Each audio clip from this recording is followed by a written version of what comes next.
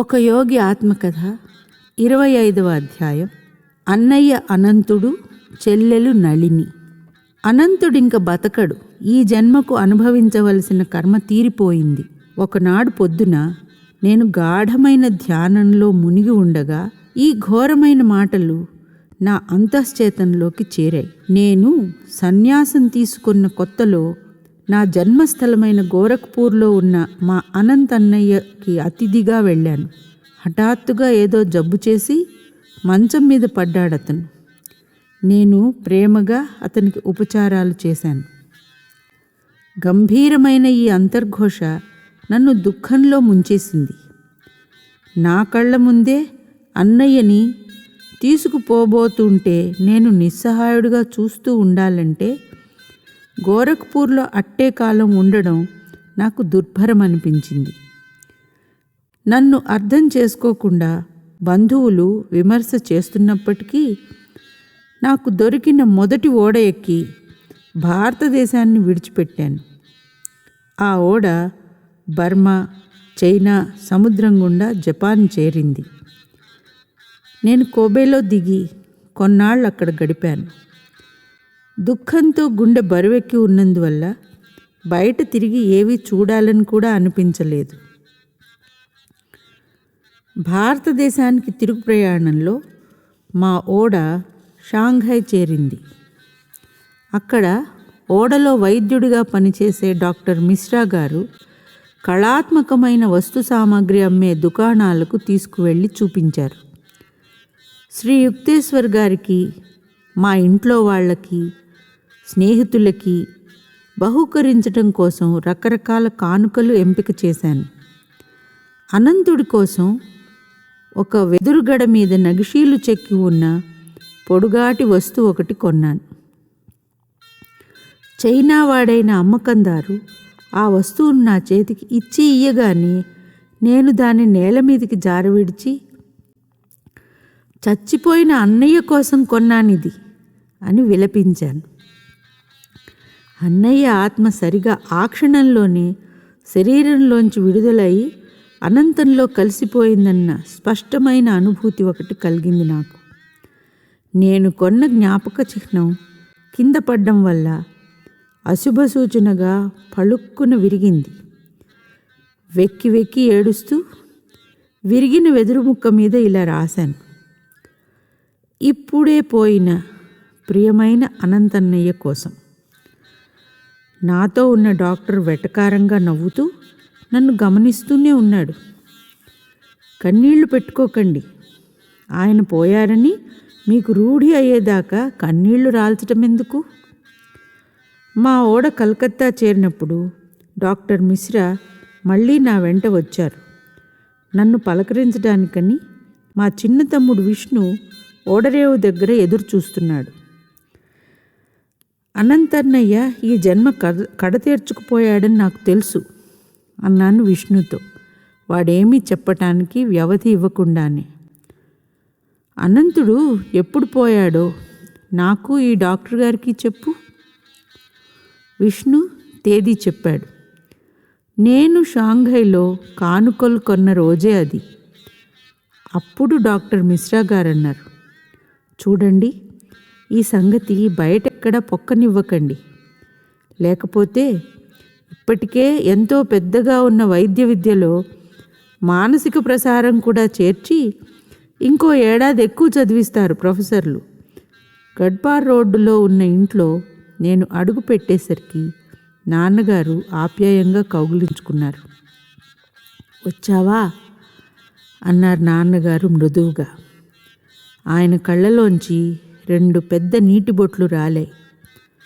మామూలుగా పైకి తొణకని నాన్నగారు తమ వాత్సల్యాన్ని ఇంతకు ముందెన్నడూ ఈ రకంగా బయటికి కనబరచలేదు. పైకి గంభీరులైన తండ్రి, లోపల కరిగిపోయే తల్లి గుండెగలవారు. కుటుంబ విషయాలన్నిటిలోనూ ఆయన ఇలా ద్విపాత్రాభినయం చేస్తూ వ్యవహరించారు. అనంతుడు పోయిన కొన్నాళ్లకే మా చిన్న చెల్లెలు నళిని దైవోపశమనం వల్ల మృత్యుముఖంలోంచి బయటపడింది. ఆ కథ చెప్పే ముందు మా చిన్నప్పటి సంగతులు కొన్ని ముచ్చటిస్తాను. నాకు నళినికి మధ్య చిన్నప్పటి అనుబంధం మరీ అంత సంతోషకరమైందని చెప్పడానికి లేదు. నేను బక్కగా ఉండేవాడిని, తను నాకంటే బక్కపలచగా ఉండేది.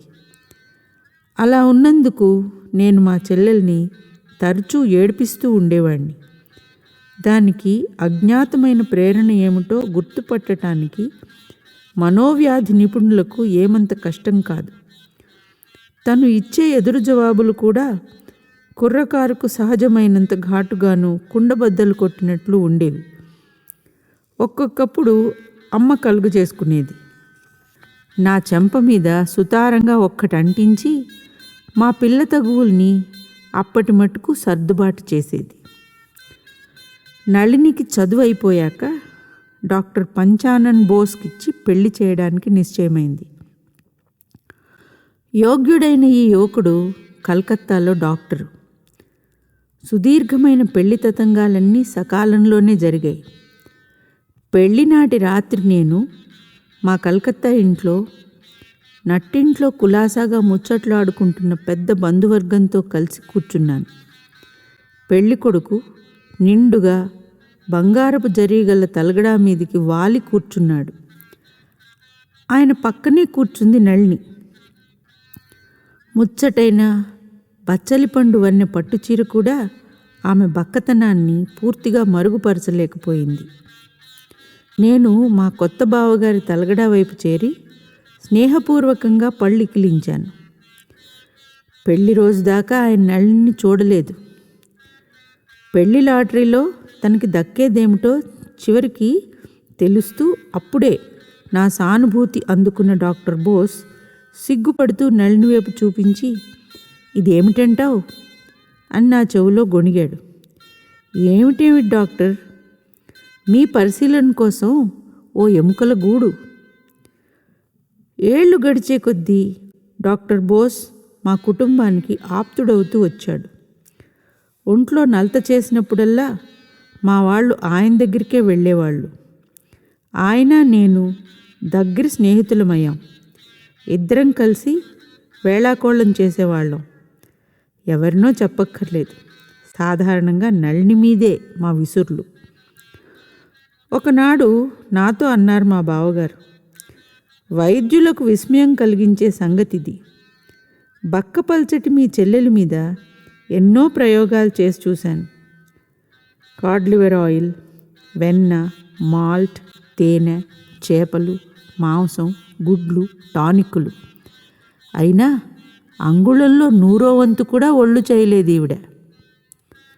కొన్నాళ్ల తర్వాత నేను బోస్ గారింటికి వెళ్ళాను. అక్కడ నా పనికి 5 నిమిషాలే పట్టింది. నేను తిరిగి వచ్చేస్తున్నాను. నళిని చూడ్డం లేదనే అనుకున్నాను. నేను వీధి గుమ్మం దగ్గరికి వచ్చేసరికి ఆమె గొంతు వినిపించింది. ఆప్యాయంగానే ఉన్నా ఆజ్ఞాపిస్తున్నట్టు ఉందది. అన్నయ్య, ఇలారా, ఈసారి నన్ను తప్పించుకుపోలేవు. నీతో మాట్లాడాలనుకుంటున్నాను. నేను మెట్లెక్కి తన గదికి వెళ్ళాను. తన కళ్ళు తడుపుకోవడం చూసి ఆశ్చర్యపోయాను. అన్నయ్య, మన పాత కోపతాపాలన్నీ మర్చిపోదాం. ఇప్పుడు నువ్వు ఆధ్యాత్మిక మార్గంలో నిలదొక్కున్నావు. నేను కూడా అన్ని విధాలా నీలా కావాలనుకుంటున్నా అని చెప్పి కొంచెం ఆశగా ఇలా అంది. నువ్విప్పుడు పుష్టిగా కనిపిస్తున్నావు. నాకు కాస్త సాయం చెయ్యవు? మా ఆయన నా దరిదాపులకే రావటం లేదు. నేను ఆయన కోసం ఎంత ఇదైతే ఏం లాభం? నేనులా సన్నగా ఏ ఆకర్షణ లేకుండా ఉన్నప్పటికీ దైవ సాక్షాత్కార సాధనలో మాత్రం ముందుకు పోవాలన్నదే నా ముఖ్యమైన కోరిక. ఆమె విన్నపం నా గుండెను కరిగించింది. మా కొత్త స్నేహం నిలకడగా పెరిగింది. ఒకనాడు తను నాకు శిష్యురాలినవుతానన్నది. నువ్వెలా అనుకుంటే అలా తర్ఫీ దిగి నాకు. టానిక్కుల మీద కన్నా దేవుడి మీదే నమ్మకం ఉంచుతాను.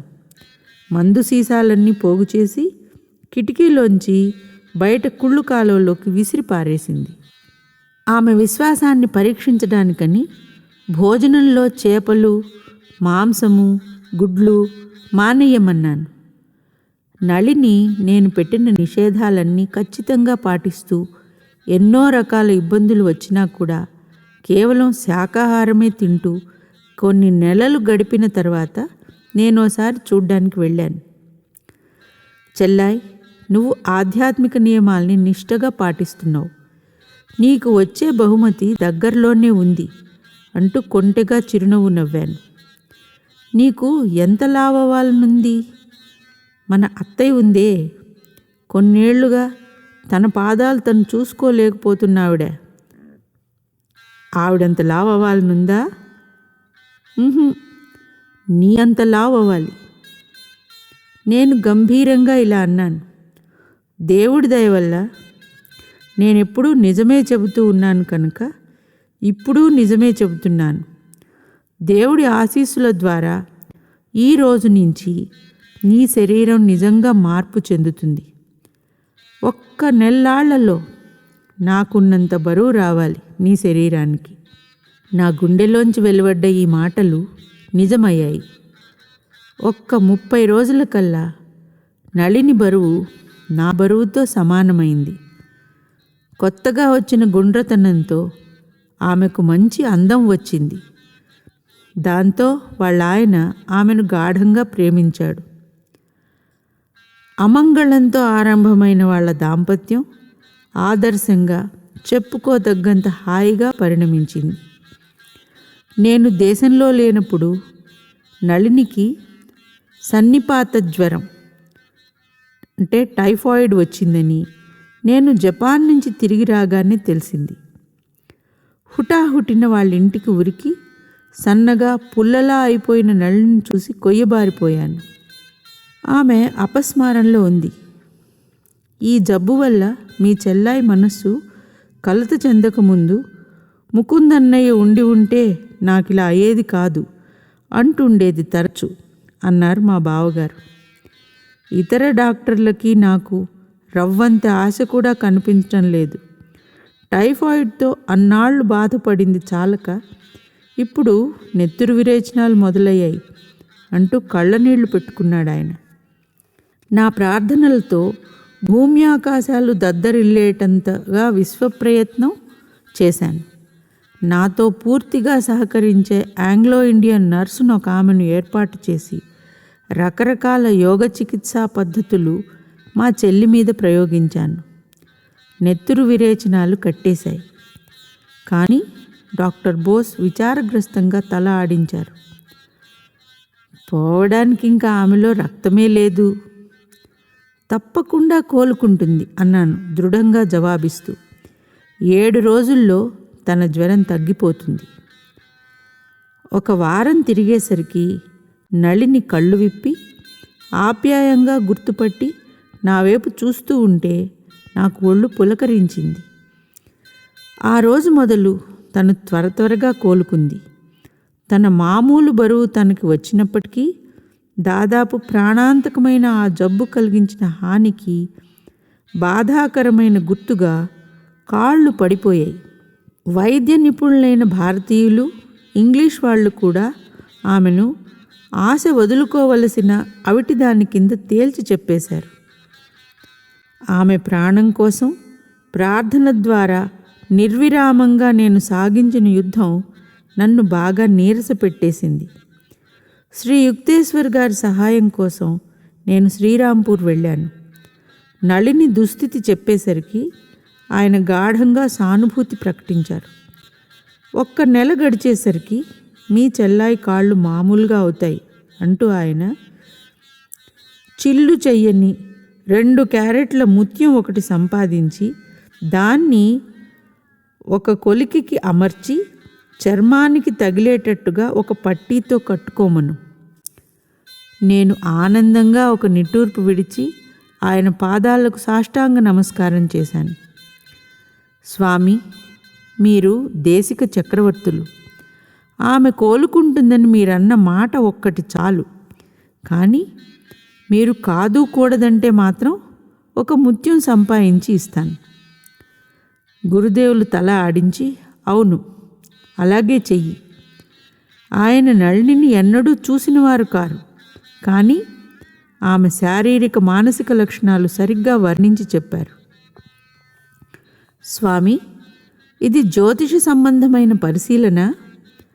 ఆమె పుట్టినరోజు కానీ సమయం కానీ మీకు తెలియదే? శ్రీ యుక్తేశ్వర్ గారు చిరునవ్వు నవ్వారు. అంతకన్నా లోతైన జ్యోతిషం ఉంది.